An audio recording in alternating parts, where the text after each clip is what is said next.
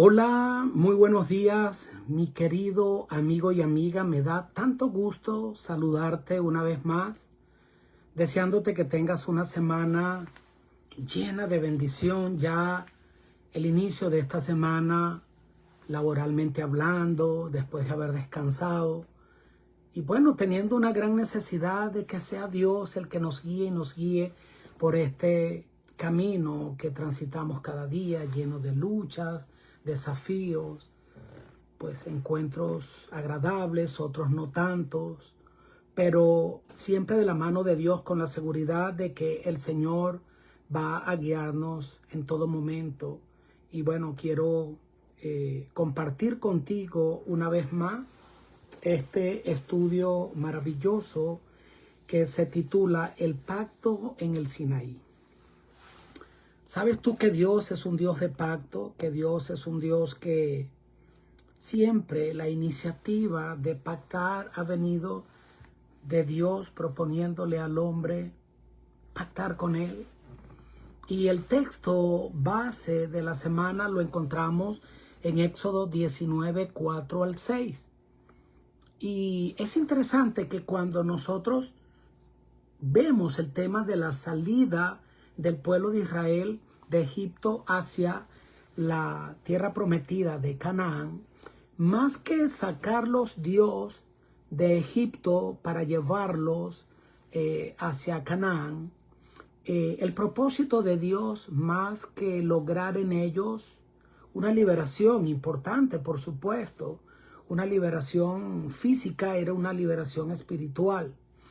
Sobre alas de águila y os he traído a mí.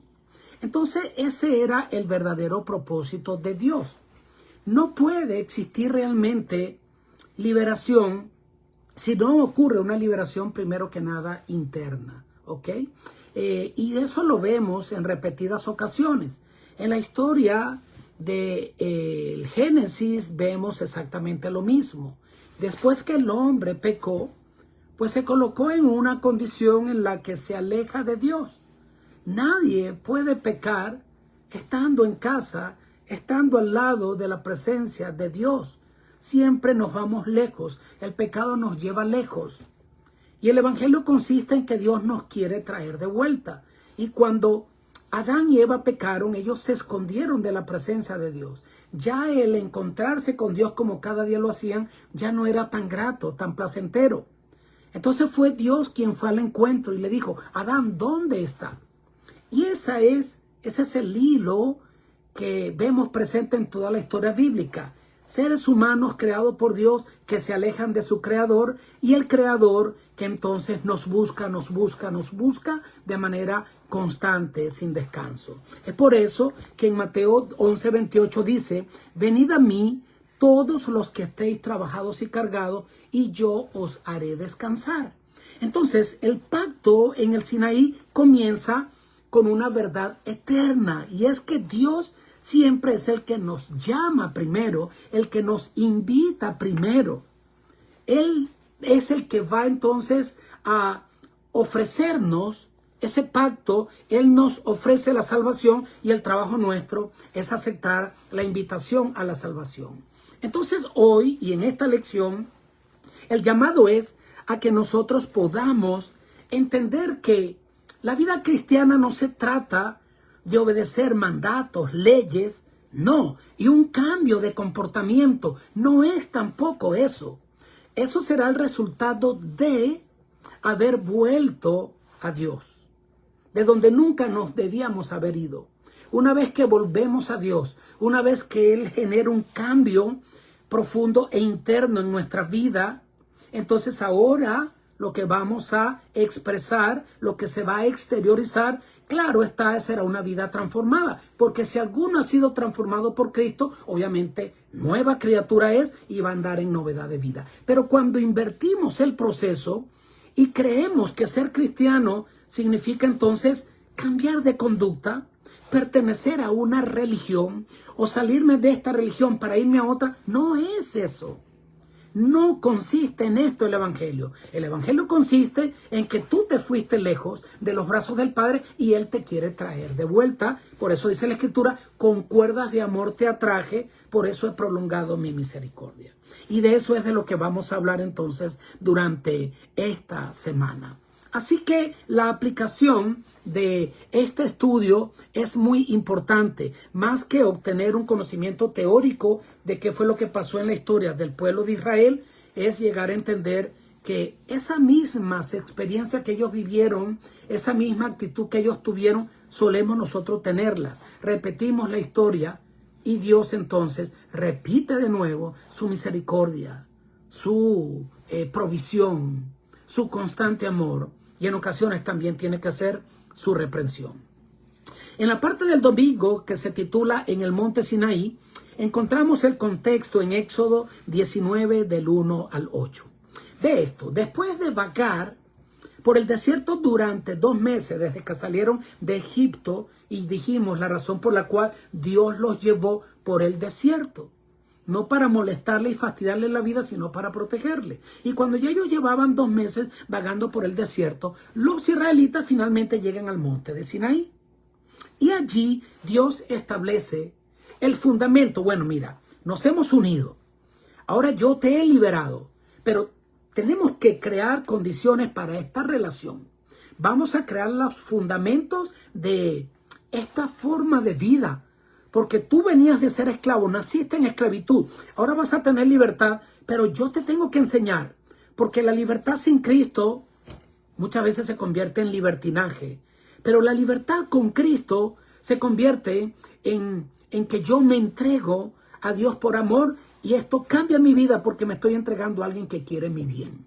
Entonces allí en el Sinaí, Dios dice, quiero establecer mi pacto con ustedes. Quiero hacerlo. Ahora, nos damos cuenta de que allí Dios les vuelve a recordar, mira de dónde te saqué. Yo te traje, con las alas del águila te arrebaté, como el águila arrebata a su presa y te traje hacia mí, para que ahora tú me pertenezcas a mí, pero por amor, Entonces, después de hacer esto, dice, al pie del monte, ahora yo voy a establecer mi pacto contigo. Tú vas a escuchar mi voz. Tú vas a guardar lo que yo te indique que es para tu bien. Esta alianza, y serás tú ahora un pueblo especial. No vas a ser igual que los otros pueblos, sino que te vas a convertir, dice allí la porción de la palabra de Dios de Éxodo 19 del 4 al 6, en un reino de sacerdote y en una nación santa. Y esta es la promesa que Dios les da. No es un simple llamado, una simple liberación para cambiar de un lugar geográfico a otro, sino que ahora tú vas a tener una vocación espiritual. ¿Sí? En el pie del monte, Dios les propone ese pacto. Y la respuesta del pueblo, ¿cuál fue? Nota esto. Haremos todo lo que Jehová ha dicho. ¿Fue sincera esta respuesta? Claro que sí. Claro que sí. Fue sincera. Fue una declaración no solo positiva, sino que fue unánime. Todo el pueblo respondió con compromiso, queriendo realmente seguir a Dios. Había sinceridad en ellos, pero esto no duró mucho. ¿Por qué? ¿Porque no habían sido sinceros? No, sí habían sido sinceros. Lo que pasa es que aquí hay una verdad espiritual profunda.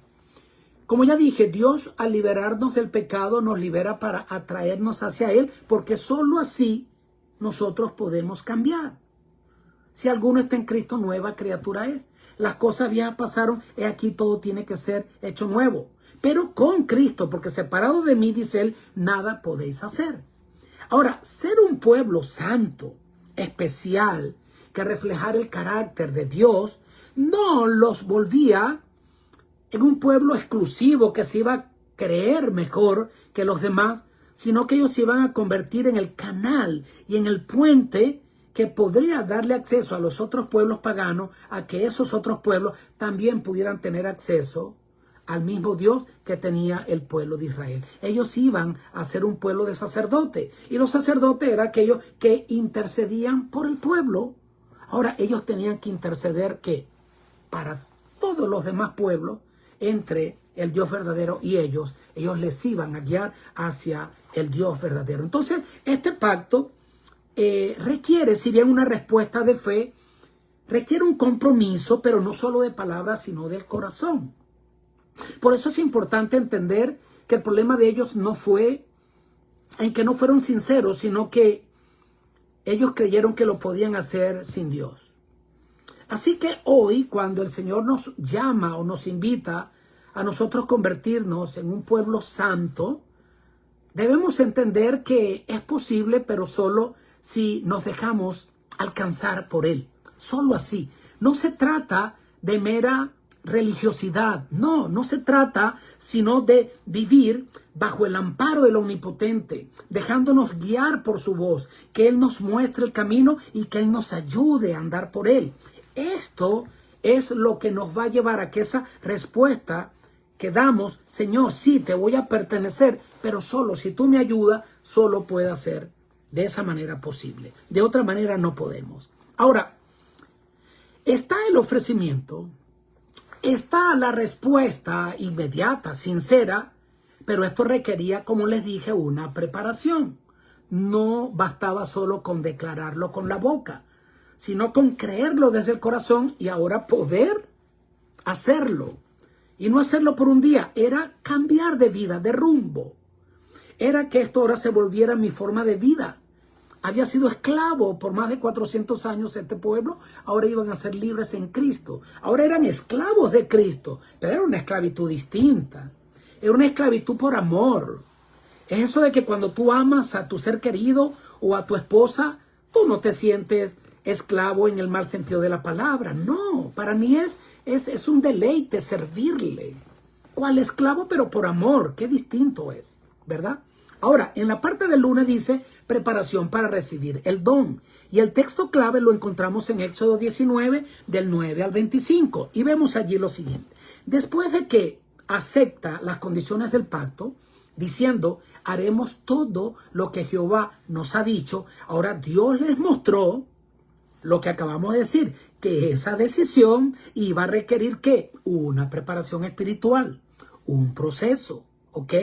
No podían acercarse a un Dios santo de cualquier manera, sino que ellos tuvieron que prepararse. Por eso Dios le dio instrucciones claras a Moisés, diciendo que el pueblo, Éxodo 19, 12 y 13, debe santificarse, debe lavar sus vestidos y esperar.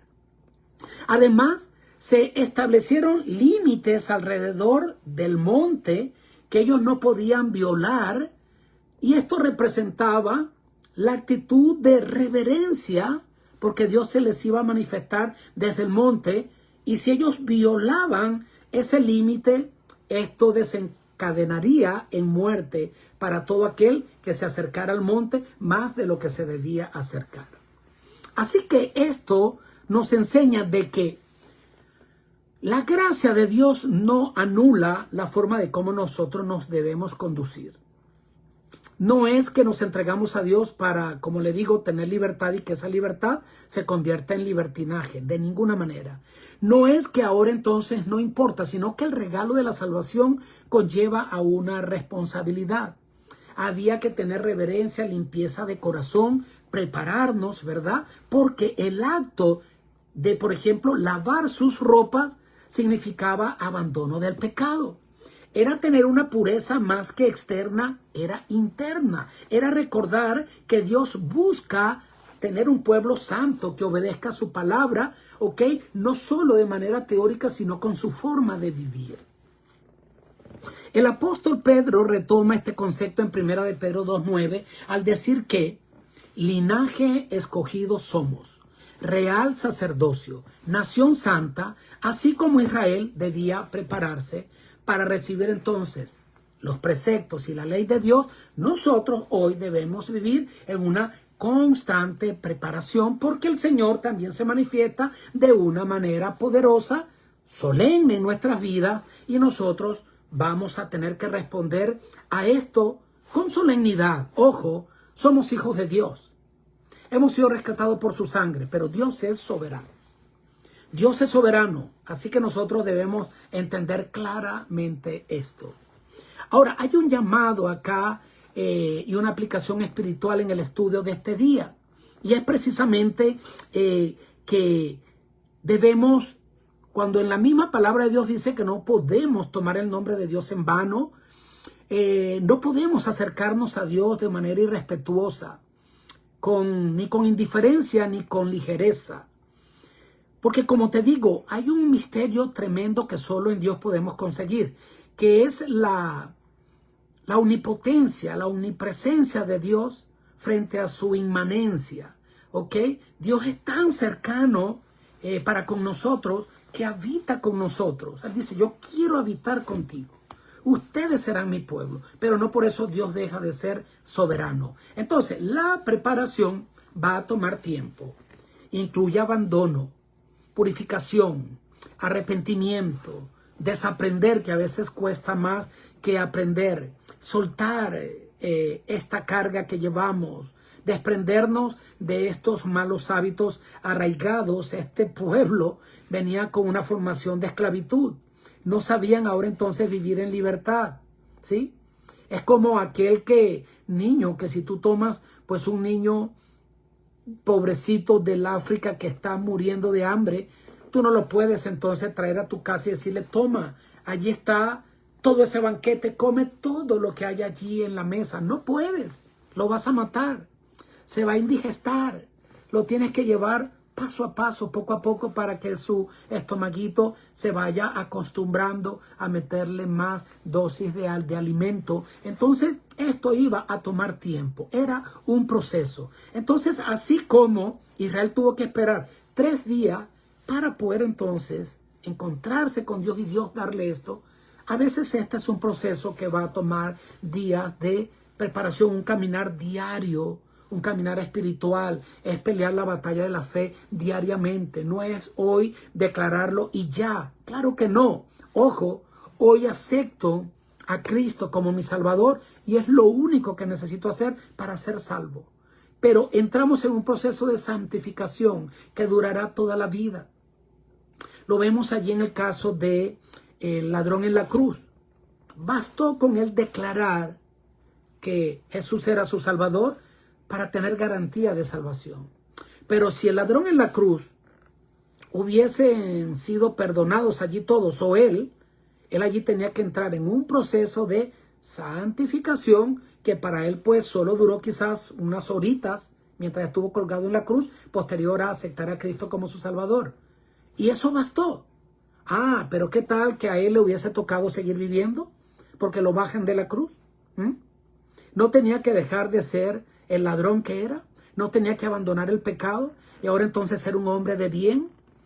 Porque este evangelio que perdona también debe transformar, si no, entonces no es una entrega real, genuina, ¿ok? Así que el llamado en este día de la lección es a que nosotros debemos procurar esa santidad día a día sin la cual nadie verá al Señor. Y ojo, que esa santidad no es ausencia de pecado. Es que vamos en un franco progreso donde Dios conoce nuestro corazón, el deseo interno que hay en nosotros de cada día agradarle más y más y más. Y esto dura toda la vida. Vamos a seguir fallando. Pero nuestra vida, nuestro carácter, nuestro comportamiento va como la aurora que va en aumento hasta que el día es perfecto. Y esto dura toda la vida hasta que seamos glorificados. Cuando Cristo venga, el que es justo seguirá siendo justo y el que es injusto pues seguirá practicando la justicia. En el día martes se titula el pacto de Dios con Israel. Lo encontramos en Éxodo 19, 5 y 6. Allí se establece claramente el pacto. Repito, ahora pues, si diereis oído a mi voz y guardareis mi pacto, mis estatutos, mi alianza, ¿qué va a pasar? Vosotros seréis mi especial tesoro sobre todos los pueblos, dice acá, y me seréis un reino de sacerdote y gente santa. Entonces, este pacto no era solo un contrato legal, sino una invitación a tener una relación íntima, un compromiso. Dios les había sacado, pues por gracia de Egipto, y porque ellos no lo merecían ni ellos tuvieron que hacer nada para lograr su liberación. Pero ahora Dios les llama a responder con obediencia, no como una condición para ser salvo, porque la salvación es solo por fe, sino como resultado y respuesta a haber sido ya salvados por Él. Y este es el centro del Evangelio. La salvación solo es por fe, pero tú obedeces no para salvarte, tú obedeces porque ya has sido salvo, ¿sí? Ahora, aquí encontramos tres aspectos clave, que lo dice, por ejemplo, Primera de Pedro 2:9. Tesoro especial. Allí dice, Israel debía reflejar ese valor que Dios ahora le había dado, como lo dice Primera de Pedro 2:9. Hoy nosotros también somos ese pueblo especial. No somos cualquier persona, pero ojo con esto. Somos hijos del Rey. Pero no es para tú sentirte superior a los demás. Es para tú ser las manos, los pies, los ojos de Jesús, porque los demás tienen que ver a Cristo reflejado en tu vida y en la forma de cómo tú les tratas, de cómo tú les amas. Segundo, reino de sacerdote, es lo que digo. Era un llamado ahora a interceder y representar a Dios delante de las naciones. Y en tercer lugar, nación santa.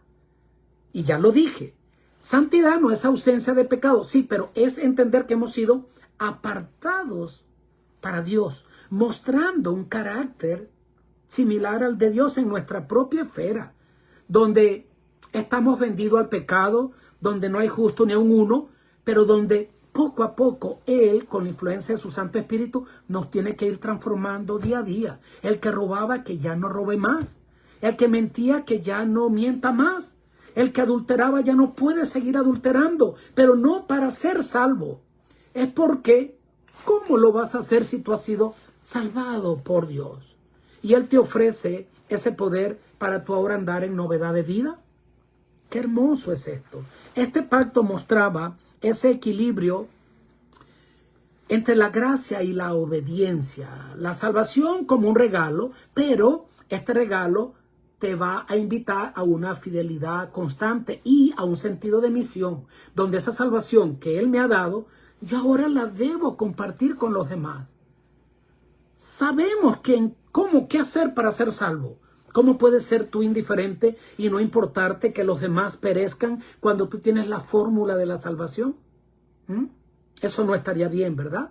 Entonces, nos recuerda eso. Tú eres especial. Tú te tienes que sentir como soy un tesoro de Dios. Soy la niña de sus ojos. Esto no es cualquier cosa. No por mis propios méritos, sino por puro amor. Y estoy llamado entonces a atraer a muchos hacia Cristo, ser ese canal, ¿ok? Entre las personas que perecen sin Cristo, porque ya Él me mostró el camino y ahora yo voy a llevar a los demás a que lleguen hasta Él. Entonces el Señor te dice a ti y a mí exactamente eso, ¿ok? En el día miércoles aparecen las promesas del pacto. Texto clave, Éxodo 19, 7 y 8. Cuando Moisés presenta las palabras de Dios al pueblo, ya dijimos, recuerda que dijimos cómo respondió el pueblo. Éxodo 19, 8. Todo lo que Jehová ha dicho, eso haremos. Volvemos a repetir un poco esto. ¿Fue una respuesta correcta? Sí. ¿Fue sincera? Sí, pero había un error. Ellos allí estaban confiando en sus propias fuerzas y no podían, porque dice, ¿podrá el etíope cambiar de color? ¿Podrá el leopardo mudar y eliminar sus manchas?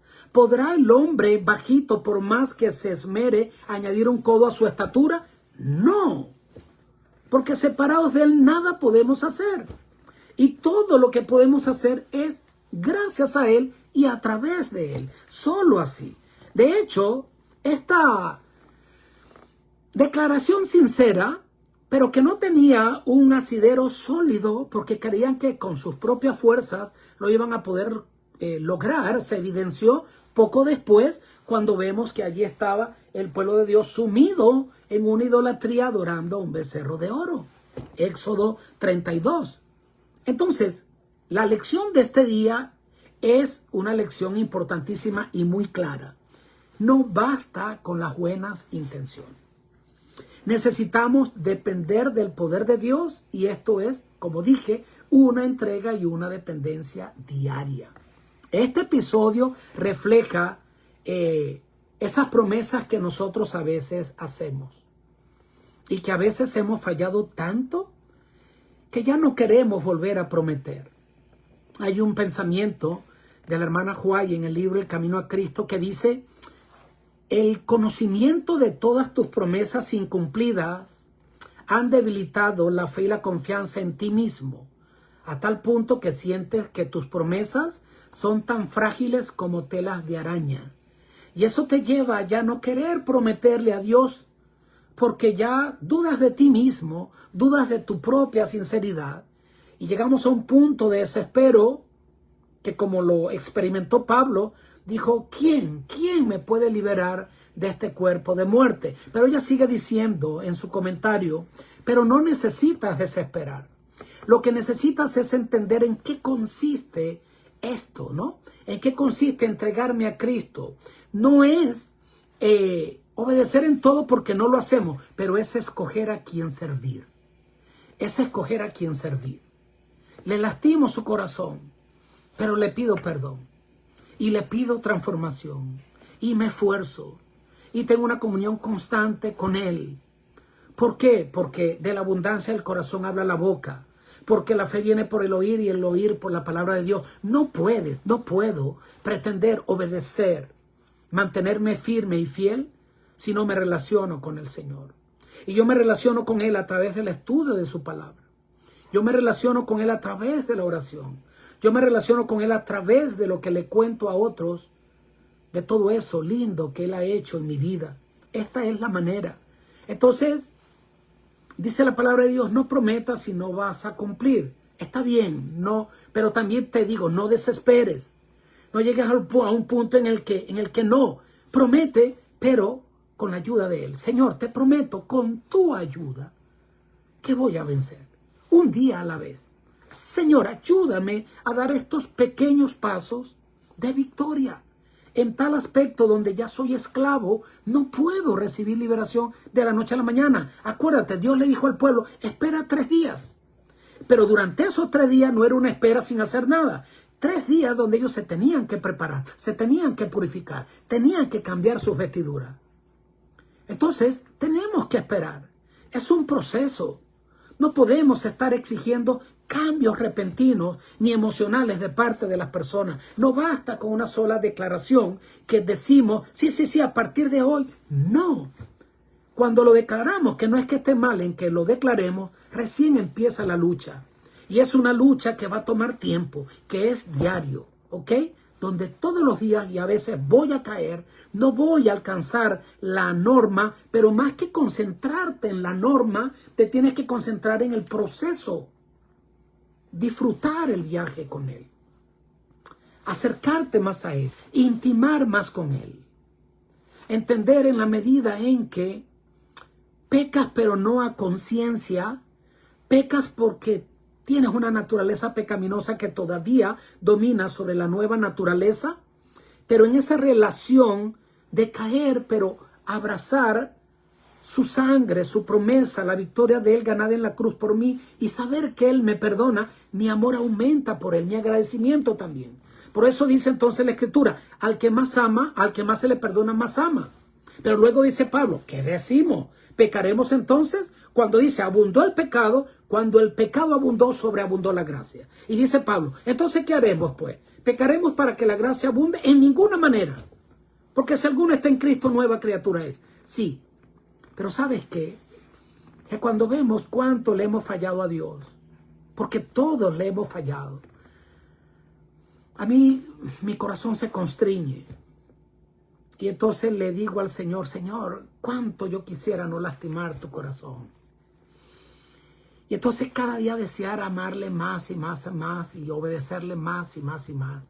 Y es un proceso, pero que genio y figura para la sepultura no es lo que ocurre cuando vamos a Cristo.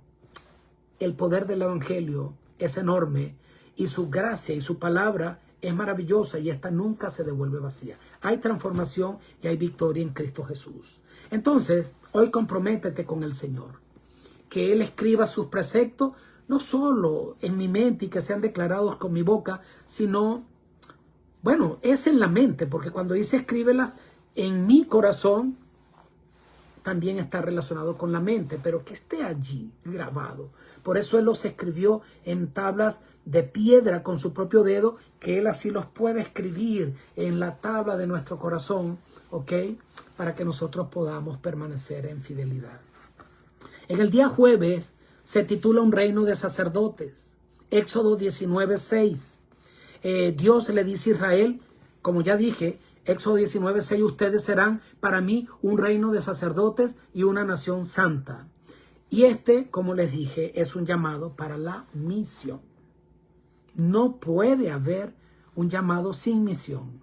No puede haber una restauración sin compromiso. No puede haber una liberación sin yo entender que no es solo para mí. Todo el mundo necesita ser salvo. Tenían esa tarea de ahora representar como pueblo y de manera individual a ese Dios verdadero delante de los pueblos vecinos, no para sentirse exclusivos y orgullosos, sino para ser canales de esa bendición a todas las naciones, como lo dice Génesis 12:3. La santidad que Dios pedía no era un simple ritual, no, sino el reflejo de su carácter, de su amor, de su bondad, de su misericordia. Ser un reino de sacerdote significa ser un pueblo dedicado al servicio, a la administración, a la intercesión, al buen testimonio. Así alumbre vuestra luz delante de los hombres, para que los hombres vean vuestras buenas obras y glorifiquen a vuestro Padre que está en los cielos. Y eso no quiere decir que la salvación sea por obra, sino que será la manera de cómo la gente se va a sentir atraída hacia esto. ¿Y qué lo transformó? Yo lo conocía como él era.